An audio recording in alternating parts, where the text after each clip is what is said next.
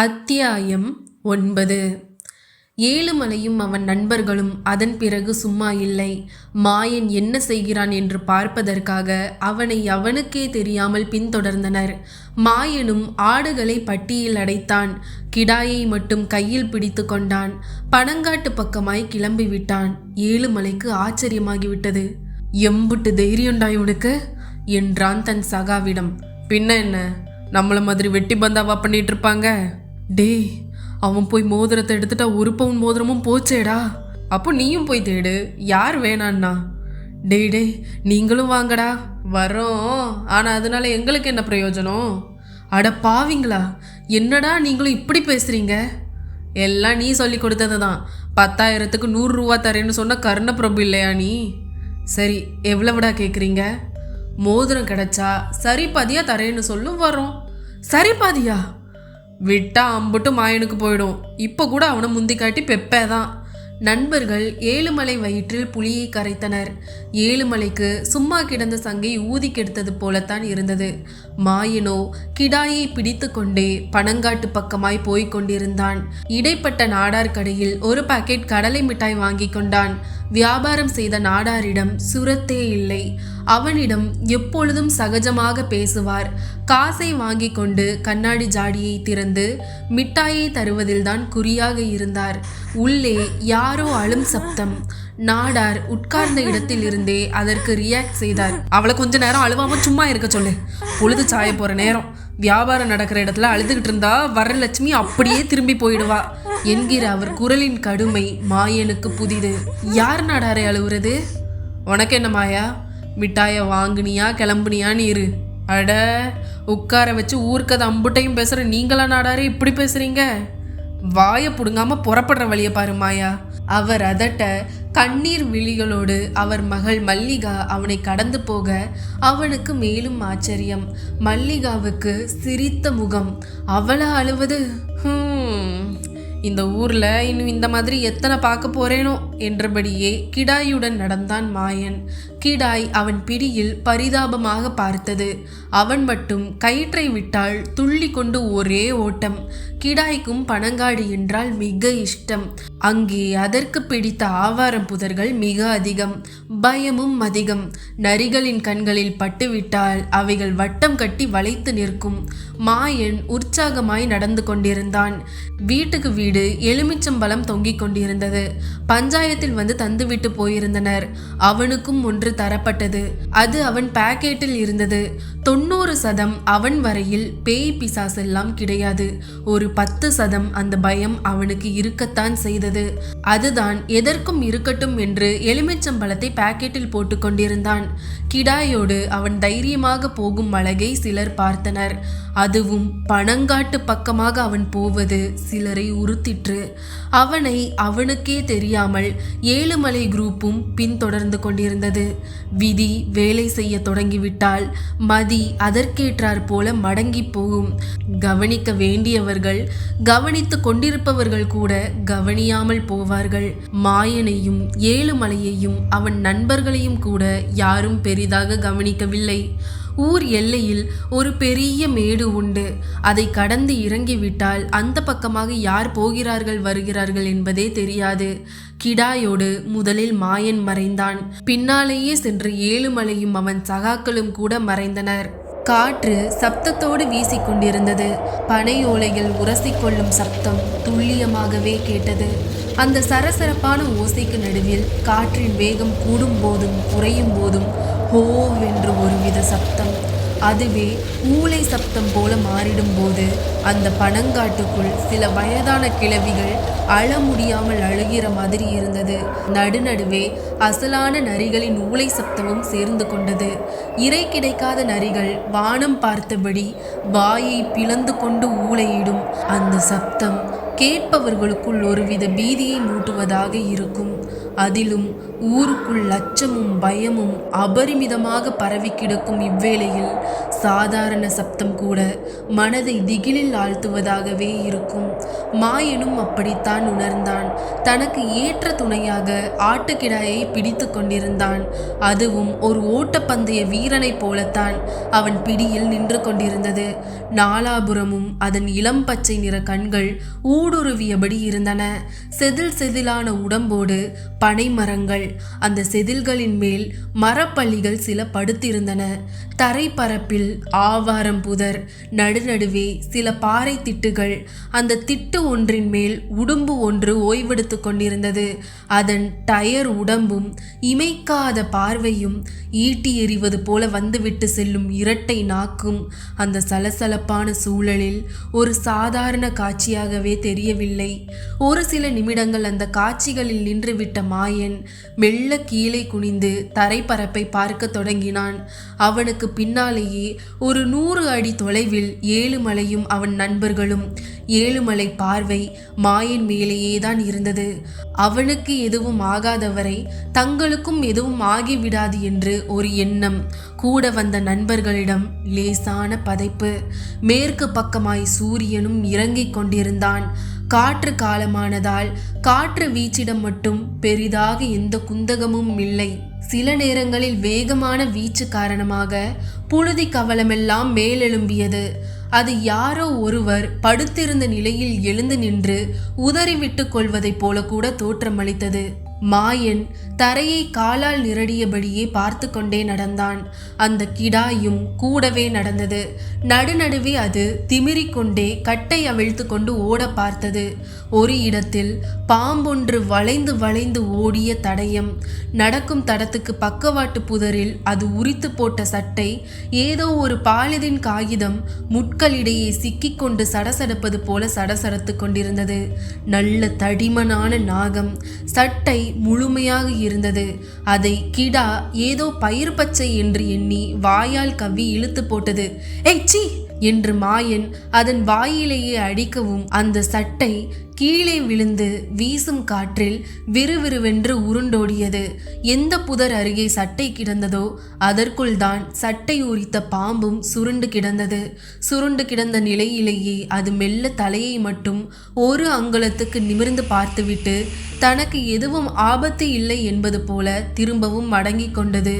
குனிந்த நிலையில் மாயன் தேடிக்கொண்டே போனான். கையில் உள்ள கோலால் எங்காவது ஏதாவது மினுமினுப்பாக தெரிந்தாலே கிளறி கிளறி வேறு பார்த்தான். அப்போதெல்லாம் புகை போல புழுதிதான் கிளம்பியது. தப்பி தவறி கூட பின்னால் திரும்பி பார்க்கவில்லை. ஏழுமலைக்கும் அவன் சகாக்களுக்கும் ஓரளவு தைரியம் வந்திருந்தது. அவர்களும் குனிந்த நிலையிலேயே தேடிக்கொண்டிருந்தனர். அவர்கள் மொத்தம் 4 பேர். ஏழுமலை, இருசன், கதிரேசன், கண்ணாயிரம். 4வருமே வேட்டியை மடித்து கட்டி கொண்டனர். ஏழுமலை தான் நடந்து வந்த தடத்திலேயே பார்த்து கொண்டு போனான். ஒரே இடத்துல தேடாம கொஞ்சம் அங்கிட்டும் இங்கிட்டும் போய் தேடுங்கடா. தேடுறோம். யாருக்கு கிடைச்சாலும் எல்லாரும் தான் பங்கு போட்டுக்கணும். அதுலேயே குறியா இருக்காம முதல்ல மோதிரத்தை தேடுங்க. மாயன் கையில சிக்கிட போகுது. நான் அவனை ஒரு பார்வை பார்த்துட்டே தானே இருக்கேன். தப்பி தவறி அவன் கையில சிக்கிட்டா போய் எதிர்த்தாப்புல நின்றுட மாட்டேன். அதுக்கு இப்பவே அவனை கூப்பிட்டு தேடுறதை விட்டுட்டு போடான்னு சொல்லு. அதுவும் சரிதான்.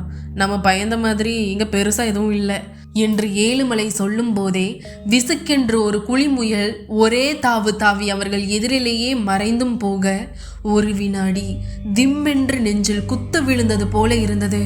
ஐயோடா, டே பயந்தோழி, அது முயலுடா. அவர்கள் பயத்தோடு பேசிக்கொண்டது தூர இருந்த மாயன் காதிலும் விழ முதல் முறையாக திரும்பி பார்த்தான். அவர்களும் தெரிந்தனர். அவர்களை பார்க்கவும் சற்று கோபம் கூட வந்து அப்படியே நின்றான். டே, மாயன் பார்த்துட்டான்.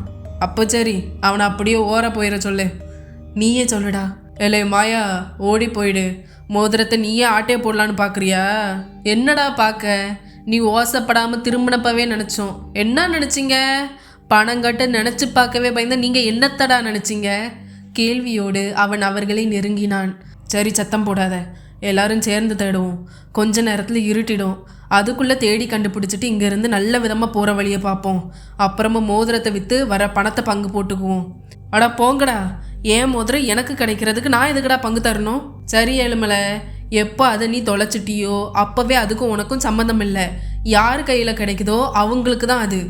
டேய் வேணாண்டா, நல்லா இல்லைடா. நீ பேசுகிறது தான் நல்லா இல்லை. உனக்கு துணைக்கும் வரணும், தேடி எடுத்தும் தரணும். ஆனால் நீ எங்களுக்கு எதுவும் தரமாட்டியா? போதும், ஒத்துமையாக தேடுற வழியை பார்ப்போம். இருட்ட வேற போகுது. முதல்ல மோதிரம் கிடைக்கட்டும், அப்புறமா வெளியே போய் பேசிக்குவோம். இறுதியாக ஒரு முடிவுக்கு வந்து தனித்தனியே பிரிந்து தேட ஆரம்பித்தனர். அவர்களை பார்த்ததில் மாயன் தன் ஆட்டுக்கிடாயை மறந்தே போனான். சட்டென்று அதன் நினைவு வந்தவனாக, ஐயோ என் கெடா என்று கத்திக்கொண்டே சுற்றிலும் பார்த்தான். இழுத்து புடிச்சு வச்சிருந்த புடித்தளரவும் ஓடிட்டா இருக்கும் என்று கதிரேசன் ஓரிடத்தில் தேடியபடியே கூறினான். அவன் அப்படி சொன்ன இடத்திற்கு அருகில்தான் தரைப்பரப்புக்கு மேல் ஒரு கை மெல்ல விரல்களை விரிக்க ஆரம்பித்திருந்தது. அத்தியாயம் 10. ஆட்டை தேடிக்கொண்டு போன மாயனுக்கு மிகவே ஏமாற்றமாக இருந்தது. ஆங்காங்கே சில மண்மேடுகள், அதன் மேலெல்லாம் ஏறி நின்று பார்த்தான். அப்படி அவன் பார்த்தபோது அவன் கண்ட ஒரு காட்சி அவனை நிலைகுலைய செய்தது. அவனது ஆடு தலையில்லாத முண்ட உடம்போடு ஒரு பனை மரத்தின் மேல் கிடந்தது. மேலிருந்து கீழே இரத்தம் சொட்டியபடி இருக்க அந்த இரத்த வாடைக்கு நரிகளும் வந்து விட்டிருந்தன. அந்த காட்சியை அவனால் கற்பனை கூட செய்து பார்க்க முடியவில்லை. யார் ஆட்டை பிடித்து தூக்கி வீசி இருக்க முடியும்? அதுவும் அந்த உயரத்துக்கு? அவன் விக்கித்து நின்ற அந்த தருணத்தில் ஏழுமலையும் அவன் நண்பர்களும் கூட அலறுகின்ற சப்தம் கேட்டது. அவர்கள் ஒவ்வொருவர் சப்தமும் ஒவ்வொரு திசையில் இருந்து கேட்டது. தனக்கு மிக சமீபத்தில் இருந்து கேட்ட ஒரு இடத்தை நோக்கி ஓடியவன் ஓடிய வேகத்தில் அப்படியே நின்றுவிட்டான். அங்கே கதிரேசன் என்பவன் ஒரு பனை மரத்தடியில் வெறித்த விழிகளும் வெளிரிய முகமுமாய் பிணமாக சாய்ந்திருந்தான். மாயனுக்கு உள்ளும் புறமும் முதல் எடுக்க தொடங்கியது. கதிரேசன் உடம்பை தொட்ட நொடி அது சரிந்து விழுந்து சடலமாகிவிட்டதை ஊர்ஜிதம் செய்தது.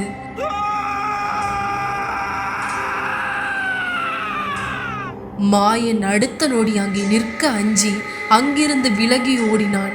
வழியிலேயே ஒரு இடத்தில் இருசன், இன்னொரு இடத்தில் கண்ணாயிரம், இன்னொரு இடத்தில் ஏழுமலை.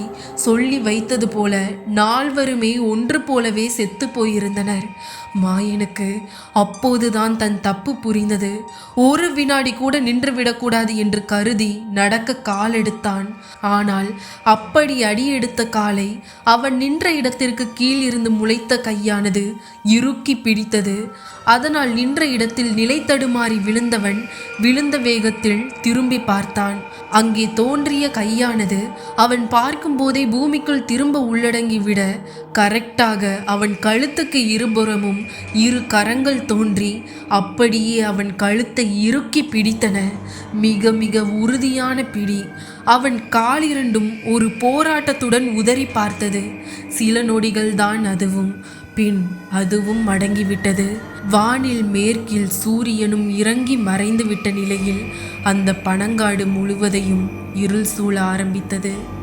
ஊர்க்காரியம் அவ்வளவு முடித்து வீட்டிற்குள் நுழைந்த பிரசிடென்ட் பஞ்சவர்ண முகத்தில் சொல்ல முடியாத அளவுக்கு ஒரு களைப்பு. என்னங்க, ஏன் இவ்வளவு நேரம் என்றபடியே வந்தால் அவர் மனைவி செண்பகம். என்னத்தை சொல்ல செண்பகம், அருணாச்சலத்தை போட்டு எரிச்சு போட்டு கம்மாயில் போய் ஒரு முக்கும் போட்டுட்டு முடிக்கிறதுக்குள்ளே போதும் போதும்னு ஆயிடுச்சு. அவனை கழுத்தை நெரிச்சு கொண்டு அவன் மாமங்காரன் தர்மலிங்கம் சத்தியமாக எனக்கு எதுவும் தெரியாதுன்னு ஒரே ஒப்பாரி. அவனை போலீஸில் ஒப்படைக்கணும்னு ஒரு கூட்டம், இல்லை அவன் பாவம்னு ஒரு கூட்டம். யார் பேச்சை கேட்குறதுன்னே எனக்கு தெரியலை. பிறகு என்ன தான் பண்ணீங்க? என்னத்தை பண்ண? நாளைக்கு நம்பூதிரி வரட்டும், அவர் சொல்கிறத வச்சு முடிவு பண்ணிக்கலான்னு சொல்லிட்டு வந்துட்டேன். அதுவும் சரிதான்.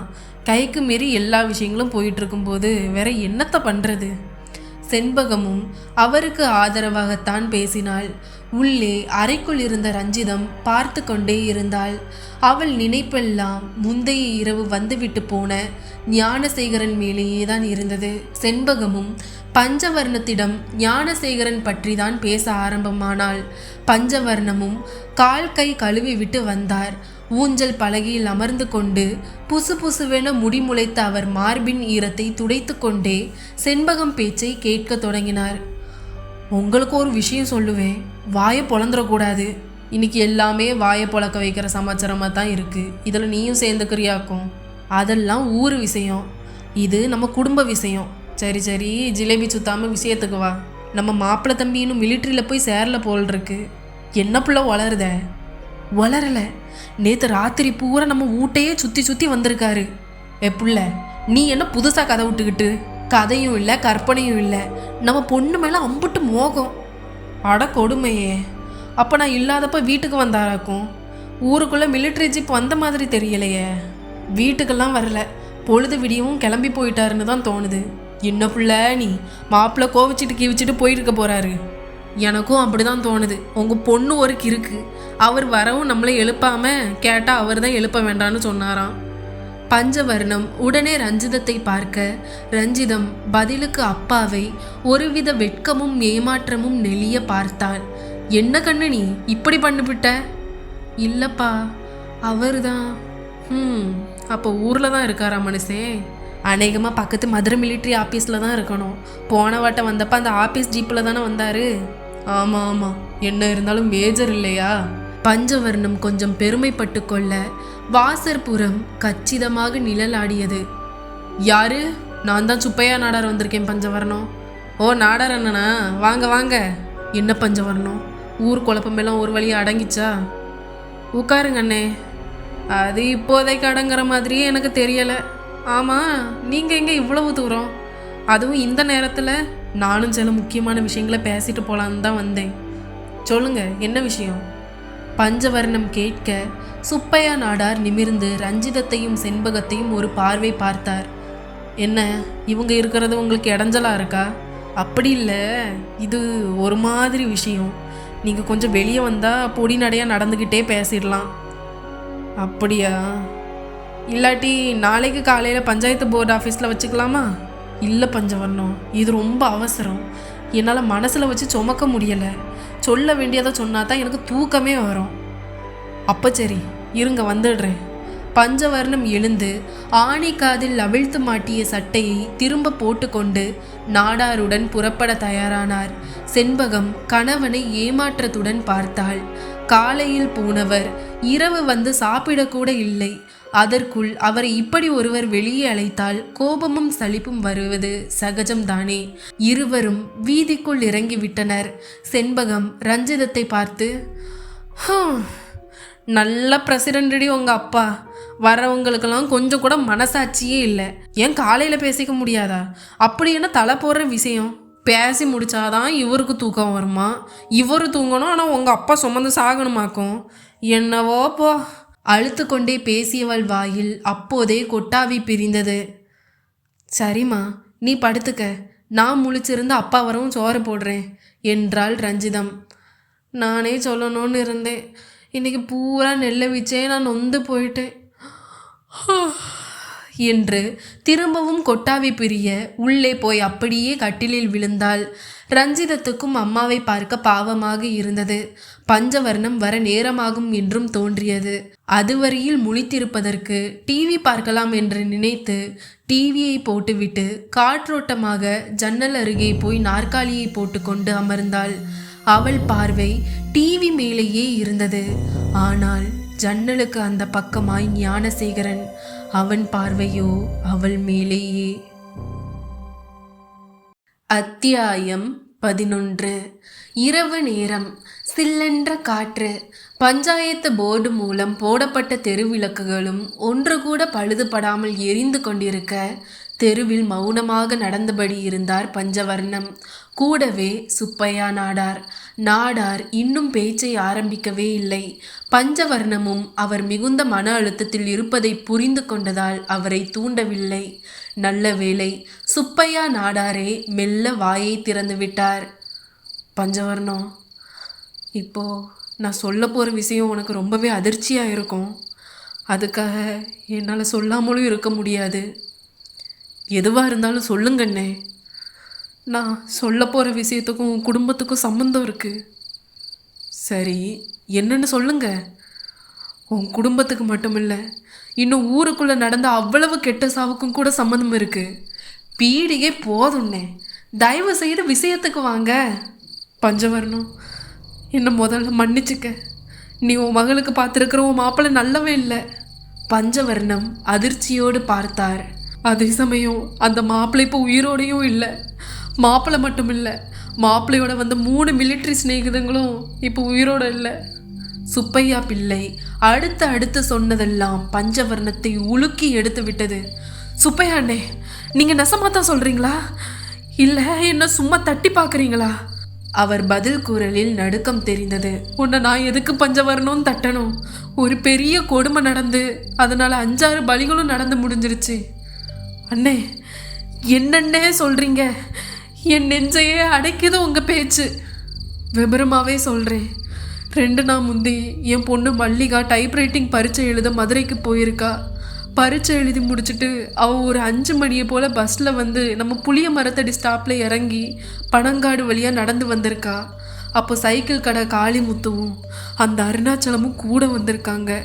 3 பேரும் ஒரே ஊர் ஒரே தெருவுங்கிறதால விரசம் இல்லாமல் வெகுளித்தனமாக பேசிக்கிட்டு வந்துட்டு இருக்கும்போது பனங்காட்டில் உன் மாப்பிள்ளையோட மிலிட்ரி ஜீப்பும் அதில் அவரோட ஸ்நேகிதங்க 3 பேரும் மிலிட்ரி சரக்கை போட்டுட்டு நல்ல மப்பில் இருந்திருக்காங்க. அதில் ஒருத்தன் என் பொண்ணு மல்லிகாவை பார்த்து துப்பாக்கியை காட்டி அவளை மிரட்டி அப்படியே கற்பழிக்கவும் பார்த்துருக்கான். காளிமுத்துவும் அருணாச்சலமும் அவங்க துப்பாக்கியை காட்டவும் பயந்துட்டாங்க. இருந்தாலும் அவங்க கை கலப்பு நடந்திருக்கு. அதில் என் மக கைக்கு எப்படியோ ஒரு துப்பாக்கி கிடைக்கவும் அவள் தம் மானத்தை காப்பாற்றிக்கவும் காளிமுத்துவையும் அருணாச்சலத்தையும் காப்பாற்றவும் அந்த துப்பாக்கியால் அவங்க 4 பேரையுமே மாறி மாறி சுட்டிருக்கா. அவங்களும் அப்படியே ரத்த வெள்ளத்தில் சரிஞ்சிட்டாங்க. கொஞ்ச நேரம் கழிச்சு தான் என் மகளுக்கு தான் என்ன செஞ்சோங்கிறதே தெரிய வந்திருக்குது. கூட இருந்த காளிமுத்துவும் அருணாச்சலமும் என் மகளை தேத்தி அவள் கை துப்பாக்கியை பிடுங்கி அங்கேயே பனங்காட்டுக்குள்ளே புதைச்சிட்டாங்க. அப்படியே அந்த 4 பேரையும் இழுத்து போட்டு புதைக்க குழியை தோண்டியிருக்காங்க. அதுக்குள்ளே அந்த பக்கமாக சில ஊர்க்காரங்க வரவும் வேற வழி இல்லாமல் மேலாக அவங்கள போட்டு மூடிட்டு அன்னைக்கு பொழுதுக்கு கிளம்பிட்டாங்க. சந்தடியெல்லாம் அடங்கின பிறகு திரும்ப வந்து உடம்பு கொளுத்திப்பிடுவோன்னு தீர்மானம் பண்ணவங்க அந்த மிலிட்ரி ஜீப்பையும் நம்ம தாளை குட்டைக்குள்ளே தள்ளி விட்டுட்டாங்க. அது குட்டை சேத்துக்குள்ளே புதைஞ்சு அப்படியே மூழ்கி போச்சு. அப்பால இவங்களும் ஒன்றும் தெரியாதவங்க மாதிரி ஊருக்குள்ளே வந்துட்டாங்க. ஆனால் காத்தாயி பனங்காட்டில் பேய பார்த்ததா கூறவும் விவகாரம் தொடங்கிடுச்சு. தான் புதைச்ச பணத்தை பார்த்துட்டு தான் காத்தாயி போயிட்டாலுன்னு காளிமுத்துவுக்குள்ளே ஒரு குழப்பம். அதனால தான் அவன் அடித்து பிடிச்சிக்கிட்டு போனவன் கடைசியில் திரும்பலை. மறுநாள் காலையில் அருணாச்சலமும் போய் சேர்ந்துட்டான். 2 பேர் தான் அவள் வரையில் பாதுகாப்பாக இருந்தவங்க. அவங்க 2 பேருமே செத்து போகவும் என் மகளுக்கும் பயம் வந்துடுச்சு. 2 நாளாகவே திணறிட்டு இருந்தவ அருணாச்சலமும் செத்துட்டான்னு தெரிஞ்ச உடனே என்கிட்ட நடந்த அவ்வளவையும் சொல்லிட்டா. அதையெல்லாம் கேட்ட பிறகு என் மனநிலை எப்படி இருக்கும்னு நான் சொன்னாதான் உனக்கு விளங்குமா? சுப்பையா நாடார் ஓரளவு சுருக்கமாகவே நடந்ததை கூறி நிறுத்திவிட்டார். ஆனால் பஞ்சவர்ணத்துக்கு தான் நெஞ்சு துடித்தது. அதே சமயம் நேற்றைய இரவில் ஞானசேகரன் தன் வீட்டையே சுற்றி சுற்றி வந்ததாக அவர் மனைவியும் மகளும் கூறியதும் நினைவுக்கு வரவும் பகீர் என்றது. என்ன பஞ்சவர்ணம், நான் சொன்னதை நம்ப முடியலையா? இல்லைண்ணே, நீங்கள் சொல்லவும் நான் மேற்கொண்டு நடந்த விஷயங்களோட கோர்த்து பார்த்தேன். நல்லா பாரு, இப்படி ஒரு நிலையில நான் இனி அடுத்து என்ன பண்ணுறதுன்னு எனக்கு தெரியலை. இதை மூடி விழுங்கி ஜீரணிக்கவும் எனக்கு தெம்பில்லை. ஏன்னா நான் மூடி மறைச்சாலும் அடுத்தடுத்து சிலர் சாகும்போது எப்படியும் விஷயம் வெளியே வந்துடும். அதனால தான் விஷயத்த நானே சொல்லிடுறதுன்னு முன் வந்தேன். சுப்பையா நாடார் திக்கி திணறி நடந்த அவ்வளவையும் கூறி முடிக்க பஞ்சவர்ணத்துக்கு நிஜமாலுமே நெஞ்சு வலி வந்து விட்டது. அப்படியே நெஞ்சை பிடித்து கொண்டு சாலையிலேயே உட்கார்ந்து விட்டார். சுப்பையா நாடாரும் அவர் அருகில் அமைதியாக நின்று வானத்தை பார்த்தார். நட்சத்திர வானம் எப்போதும் போல வெகு அழகாகவே இருந்தது. ஆனால் ரசிக்கக்கூடிய மனநிலையில்தான் இல்லை. ஊரை சுற்றி வேறு இனம் புரியாத பயங்கரம். எல்லாமே விடியும் போது ஒவ்வொன்றாக தெரிய வரலாம். இருந்தும் அந்த வேளையில் பஞ்சவர்ணத்துக்குள் திடுமென்று ஒரு தாக்கம். அவர் மனைவி செண்பகம் முந்தின இரவில் ஞானசேகரன் வீட்டை சுற்றி வந்ததாக கூறியது சற்றென்று நினைவுக்குள் முட்டிற்று. அந்த நொடியே அப்படி வந்தது அவன் ஆத்மாதான் என்பது அவருக்கு ருசுவாகிவிட்டது. நல்ல வேளை ரஞ்சிதம் அவன் கூப்பிட்டான் என்று போகவில்லை. போயிருந்தால் என்னவாகியிருக்கும் என்கிற கேள்வியும் அவரை கிள்ளியதில் துள்ளிக்கொண்டு எழுந்தார். அவர் எழுந்த வேகம் சுப்பையா நாடாரையே ஒரு அரட்டு அரட்டியது. என்ன பஞ்சவர்ணம், உனக்குள்ள ஒரு புது வேகத்தை பார்க்குறேன். ஆமா நாடாரே, நீங்கள் சொன்னதெல்லாம் நெசந்தாங்கிற மாதிரி நேற்று ராத்திரியே என் மருமகனாக போகிற ஞானசேகர ஆவி வீட்டை சுற்றி வந்திருக்கு. நல்ல வேலை என் மக அது பின்னாடி போகல. அப்படியா? ஆமா, காளிமுத்து அருணாச்சலம்னு அது நல்லாவே பழி வாங்கிருச்சு. இது புரியாம முனுசாமி மேல நானும் சந்தேகப்பட தெரிஞ்சேன். அதை தான் நானும் சொல்ல வந்தேன். இப்போ என் மக பயந்து நடுங்கிட்டு இருக்கா. எங்க தண்ணியும் அந்த ஆவிங்க எதுனா பண்ணிட்டா என்ன பண்றதுன்னு ஒரே பயத்துல என் வீடே உறைஞ்சு போய் கிடக்கு. ஒரு பக்கம் ஆவி பயம், இன்னொரு பக்கம் இப்படி ஒரு கொலைக்கு 4 கொலையா, அதுவும் மிலிட்ரிக்காரங்களையே கொல்லும்படி ஆயிடுச்சேன்னு சட்ட பயம் வேற. நானும் என் குடும்பமும் அடுத்து என்ன ஆகும் ஏதோ ஆகும்னு தெரியாம நடுங்கிட்டு இருக்கோம் பஞ்சவர்ணம். கவலைப்படாதீங்க, இது நம்ம ஒரு விஷயம். இந்த நொடி போலீஸ் அப்படி இப்படின்னு நம்ம போகலை. அருணாச்சலம் கழுத்தை நெரிச்சு தண்ணியில் அமுக்கி கொண்ட தர்மலிங்கம் போலீஸ் பிடிச்சிட்டா என்ன பண்ணுறதுங்கிற பயத்தில் தான் இருக்காரு. பொழுது விடியட்டும். நாளைக்கு நம்ம துணை தலைவர் சண்முகம் கேரளத்து மாந்திரிகனோட வந்துடுவார். மாந்திரிக அலையிற இந்த ஆவிகளை நிச்சயம் அடக்கி பிடிச்சிருவாரு. அதோட விஷயத்தையும் கமுக்கமாக அமுக்கி மூடிடுவோம். நீரும் உம்ம பொண்ணும் தைரியமாக இருங்க. எனக்கு தெரிஞ்ச இந்த விஷயம் வேற யாருக்கும் தெரிய வேண்டாம். எனக்கு இப்போ ஒரே ஆறுதல், என் மக எப்படியோ தப்பிச்சாலே அதுதான். பஞ்சவர்ணம் இழுத்து மூச்சு விட்டார். அப்படியே துண்டை உதறி தோளில் போட்டுக்கொண்டு வீடு நோக்கி நடக்க தொடங்கி விட்டார். ஆனால் அத்தியாயம் 12. இரவு நேரம். சாப்பிட வேண்டிய மனிதரை நாடார் அழைத்து சென்ற கோபத்தில் இருந்தால் செண்பகம். சமைத்த சோறு ஆறிக்கொண்டிருந்தது. ரஞ்சிதமோ மன அழுத்தத்தில் தூங்கியே போய்விட்டாள். ஒரு வழியாக பஞ்சவர்ணம் வந்து சேர்ந்தார். கணவரை பார்க்கவும் தான் அவளுக்கு உயிரே வந்தது. வந்தவர் பார்வை முதலில் ரஞ்சிதத்தை தான் தேடியது. நல்ல வேளை ரஞ்சிதம் தூங்கி கொண்டிருந்தாள். அவருக்கும் அப்பாடா என்று இருந்தது. என்னங்க, எதுக்கு ரஞ்சிதத்தை பார்த்து பெருமூச்சு விடுறீங்க? என்ன சொல்ல செண்பகம், எல்லாம் நம்ம தலையெழுத்து. என்னங்க, நாடார் அப்படி என்னத்தை சொன்னார்? நல்ல வேளை மனுஷன் இப்போவாது வந்து சொன்னார். இல்லாட்டி என்னென்னவோ நடந்து நம்ம மவளே நமக்கு இல்லாமல் போயிருப்பா. ஐயோ, என்னென்னமோ சொல்கிறீங்களே, அப்படி என்னதாங்க நடந்துச்சு? சொல்கிறேன், அதுக்கு முந்தி ஒரு நிமிஷம் இரு என்று உள்ளே சென்றவர் முனுசாமி கோவில் விபூதியை மாடத்தில் இருந்து எடுத்து நெற்றியில் பரபரவென்று தேய்த்து கொண்டார். ஒரு சிட்டிகையை செண்பகத்துக்கும் பூசிவிட்டார். பின் விபூதி சம்பூடமுடன் வீட்டை சுற்றி வந்து ஆங்காங்கே விபூதியை தூவினார். செண்பகத்துக்கு அவரது செயல் கிளியை மூட்டிற்று. இறுதியாக வீட்டுக்குள் நுழைந்தவர் முதல் காரியமாக ரஞ்சிதம் படுத்திருக்கும் அறை ஜன்னலை மூடி அதன் அருகே ஒரு பழைய செருப்பை கொண்டு வந்து போட்டார். அப்படியே தூங்கி கொண்டிருந்த ரஞ்சிதத்தின் நெற்றியிலும் ஒரு சிட்டிகை விபூதியை வைத்தவர் அவள் தூக்கம் கலைந்து விடாதபடி நைசாக நழுவி அறையை விட்டு வந்தார். பின் செண்பகத்தை கூட்டிக் கொண்டு சமையல் கட்டு பக்கம் போய் சுப்பையா நாடார் சொன்ன அவ்வளவையும் கூற தொடங்கினார். அதே சமயம் ரஞ்சிதம் தூங்கும் அறைக்குள் பஞ்சவர்ணம் சாத்திய ஜன்னல் தானாக திறந்து கொண்ட ஜன்னல் கம்பிகளுக்கு அப்பால் வெறித்த விழிகளுடன் ஞானசேகரன். அவன் பார்வை உள்ளே தூங்கிக் கொண்டிருக்கும் ரஞ்சிதத்தின் மேலேயே இருந்தது. சில நொடிகள் தான் வெறித்திருப்பான். பின் ஒரு சிறு கல்லை எடுத்து அவள் மேல் போட முதல் கல்லுக்கு அவளிடம் எந்த ரியாக்ஷனும் இல்லை. இரண்டாவது கல்லுக்கு கண் விழித்தவள் ஞானசேகரனை பார்த்து விக்கித்து போனாள். மாமா, வா இங்க. என்ன கூத்து இது? ராத்திரியில வந்துக்கிட்ட. கிட்டவா, சொல்றேன். என்ன மாமா இது சோதனை? அவள் எழுந்து ஜன்னல் அருகே சென்றாள். அவன் உற்று பார்த்தான். அப்படி பார்க்காதீங்க மாமா. ஆமா, ஏன் வீட்டுக்குள்ளே வரமாட்டேங்கிறீங்க? சொல்றேன், நீ முதல்ல வெளியே வா. ஐயோ மாட்டேன், அப்பா அம்மாவுக்கு தெரிஞ்ச அவ்வளவுதான். தெரியாம வாடா, என் செல்லம் இல்லை. மாமா வா. மாமா என்ன இது? ஏன் உள்ள வரமாட்டேங்கிறீங்க? காரணம் இருக்கு, அதை சொல்ல தான் கூப்பிடுறேன். என்ன காரணம்? இப்படி நின்றுக்கிட்டலாம் சொல்ல முடியாது. நீ தலையணையை போட்டு போர்வையால் மூடிட்டு நைஸாக கிளம்பி வா. உனக்கு நான் நெக்லஸ் எல்லாம் கொண்டு வந்திருக்கேன். அவன் நெக்லஸ் என்று சொன்னதோடு அதை எடுத்தும் காட்டினான். லேசான அந்த இரவிலும் அது மின்னியது. ரஞ்சிதமும் அவன் சொன்னது போலவே நடந்து கொள்ள தொடங்கினாள். பஞ்சவர்ணம் எல்லாவற்றையும் கூறி முடித்திருக்க செண்பகம் கலங்கி விட்டிருந்தாள். கண்களில் கண்ணீர் சரசரவென்று உருண்டு ஓடியபடி இருந்தது.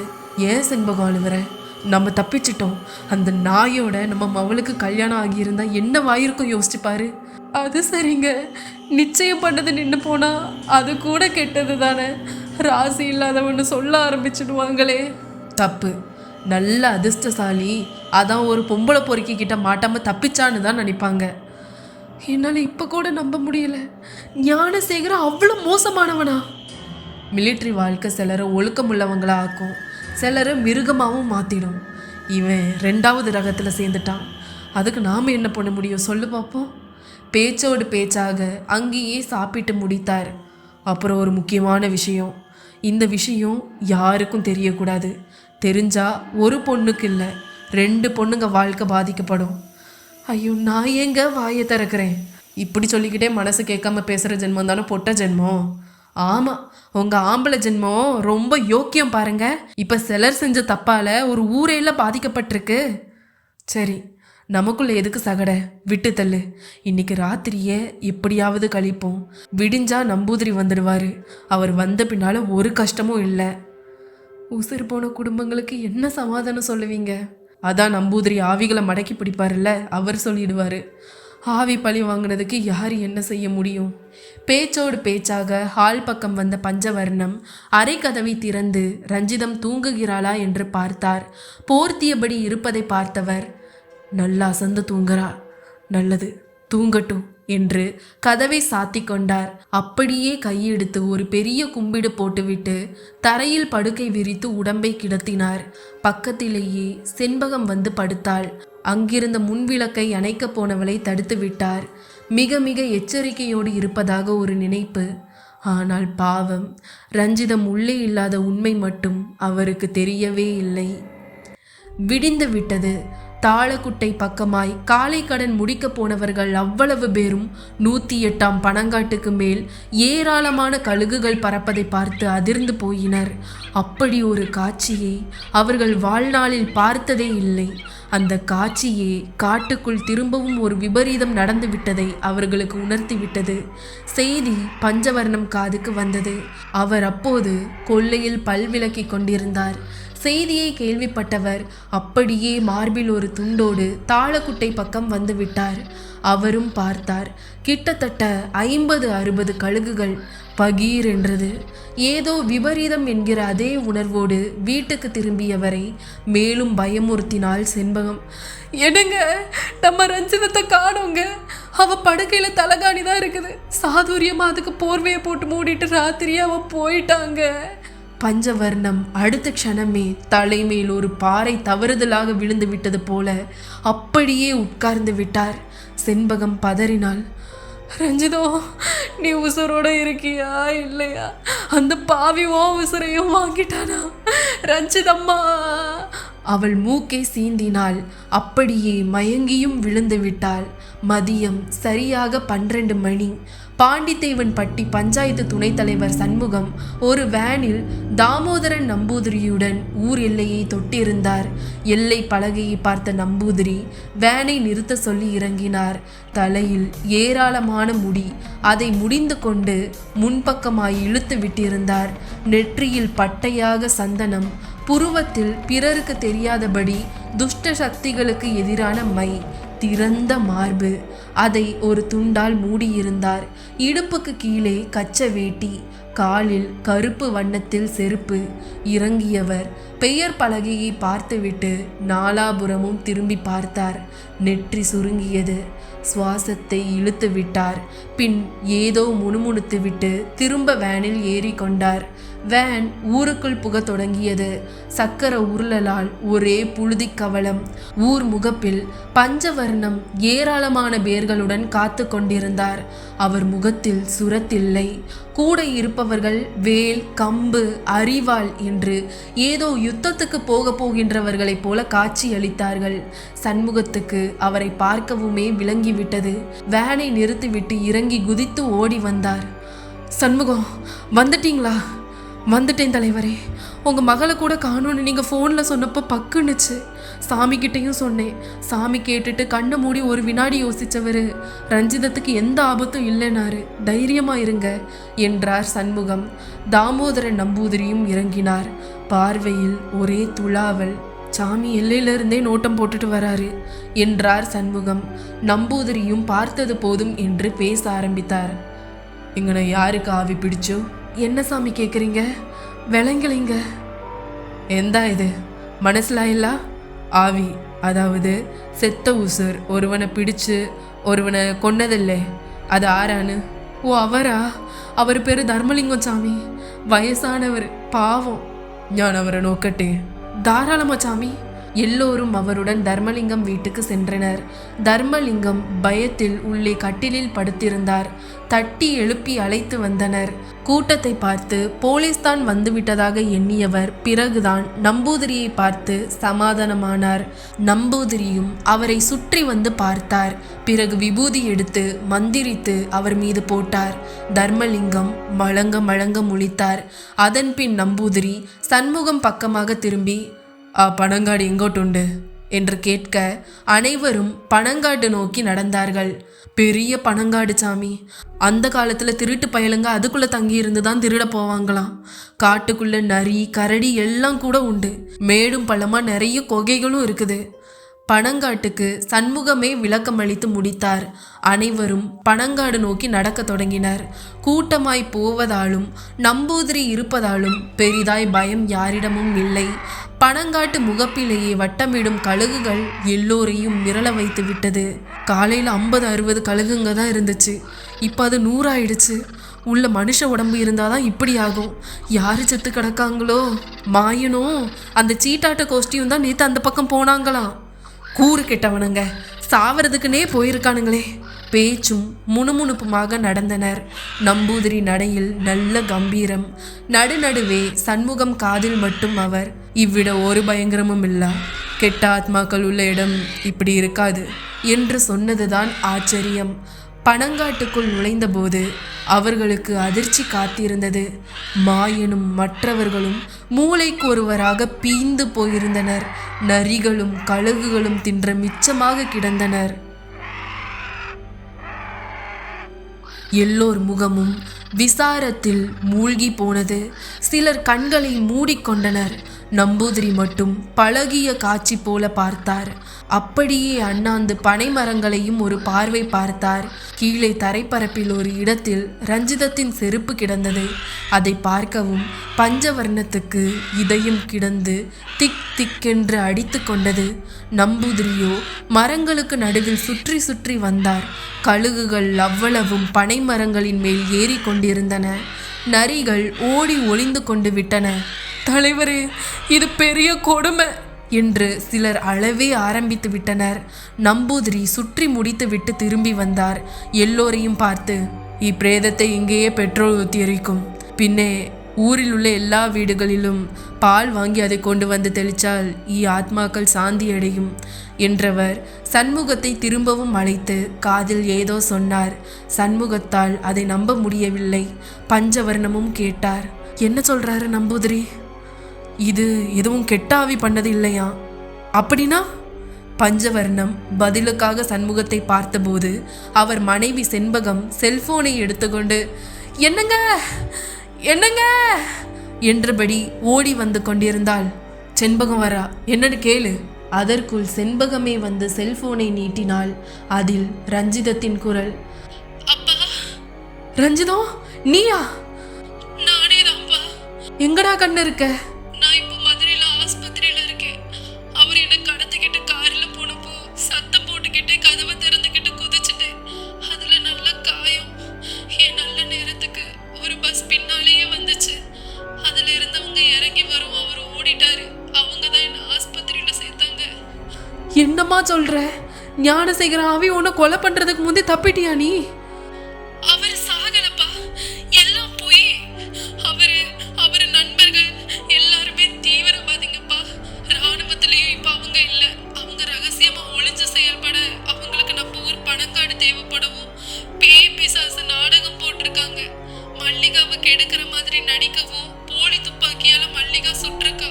அதுல செத்த மாதிரி நடிச்சு ஏமாத்திட்டாங்க. அப்புறமா காளிமுத்து அருணாச்சலத்தையும் ஆவி கொண்ட மாதிரி செட்டப்ல தான் கொலை பண்ணிருக்காங்கப்பா. பணங்காட்ட நல்லா தோண்டி பார்த்தா ரிமோட்ல இயங்குற மிஷின் கைகளும் வெடிகுண்டுகளும் துப்பாக்கிகளும் இருக்கும். ரஞ்சிதம் சொல்ல சொல்ல பஞ்சவர்ணத்துக்கு தலையை சுற்றிற்று. அப்படியே செல்போனை மூடிக்கொண்டு, டேய் பேயும் இல்லை பிசாசும் இல்லை, எல்லாம் செட்டப்பா, பணங்காட்ட தோண்டுங்க, துப்பாக்கி குண்டு எந்திர கைனி ஏதேதோ இருக்குதான். பஞ்சவர்ணம் ஓங்கின குரலில் கட்டளையே போட்டார். ரஞ்சிதம் தொடர்ந்தாள். ஞானசேகர மாமாக்கு என் மேல இருக்கிற ஆசை மட்டும் குறையல. என்ன தூக்கிட்டு போய் தாலி கட்டிட்ட பிறகு நான் மடங்கி போயிருவேன். நீங்களும் மாப்பிள்ளைன்னு காட்டி கொடுக்க மாட்டீங்க. ஊரு எப்பவும் பயந்துகிட்டு அந்த பக்கமே வராது. அவங்களும் எல்லா சதி திட்டத்தையும் காட்டுக்குள்ள உட்கார்ந்தே போடலாங்கிறது தான் எண்ணம். என்னை கடத்திட்டு போய் பணங்காட்டுக்குள்ள வச்சு அவர் பேசினப்பவே எல்லாம் புரிஞ்சிச்சு. மாமாவுக்கு ஊருக்குள்ளேயும் தர்மலிங்கம் தாத்தா மாதிரி சிலர் தயவு இருக்கு என்று கூறவும் மொத்த குழப்பங்களும் தீர்ந்து பஞ்சவர்ணம் மூச்சில் ஒரு நிம்மதி பெருமூச்சு. நம்பூதிரி இனி தனக்கு ஒரு வேளையும் இல்லை என்பது போல கையெடுத்து கும்பிட்டு விட்டு வேனில் ஏற போனார். பஞ்சவர்ணம் அவரிடம் சென்று, நீங்க ரொம்ப நல்லவர் சாமி, அவ்வளவுதான் இப்ப என்னால சொல்ல முடியும் என்றார். நம்பூதிரி சிரித்தார். சண்முகம் போலீஸுக்கு தகவல் தந்து விட்டதாக கூறினார். சண்முகம், எவ்வளவு பெரிய ஆபத்துல மாட்ட தெரிஞ்சோம்ல என்று கேட்க, நீங்க ரஞ்சிதத்தை கூட்டிட்டு வர கிளம்புங்க, மற்ற விஷயங்களை நான் பார்த்துக்கிறேன் என்றார் சண்முகம். பாவம் இந்த மாயனும் மற்றவங்களும் இப்படி அநியாயமா செத்துட்டானுங்களே என்ற பஞ்சவர்ணம் நம்பூதிரி ஏறிக்கொண்ட வேனிலேயே ஏறிக்கொண்டார். அதுவும் ஓட ஆரம்பித்தது. உள்ளே நம்பூதிரி சொன்னார், நிஜ பேய்கள் மனித பேய்கள் அளவு தப்பு பண்ணாது தலைவரே. பஞ்சவர்ணத்துக்கு அது 1000ல் ஒரு வார்த்தையாக தோன்றியது. கதையின் இறுதியை எட்டிவிட்டோம். இது போன்ற மேலும் பல கதைகளை கேட்டு ரசிக்க இப்பொழுதே வெத்தலைப்பாக்கு சேனலை சப்ஸ்கிரைப் பண்ணுங்க. மீண்டும் ஒரு நல்ல கதையுடன் உங்களை சந்திக்கும் வரை உங்களிடமிருந்து விடைபெறுவது நான் உங்கள் கார்த்திகா. நன்றி, வணக்கம்.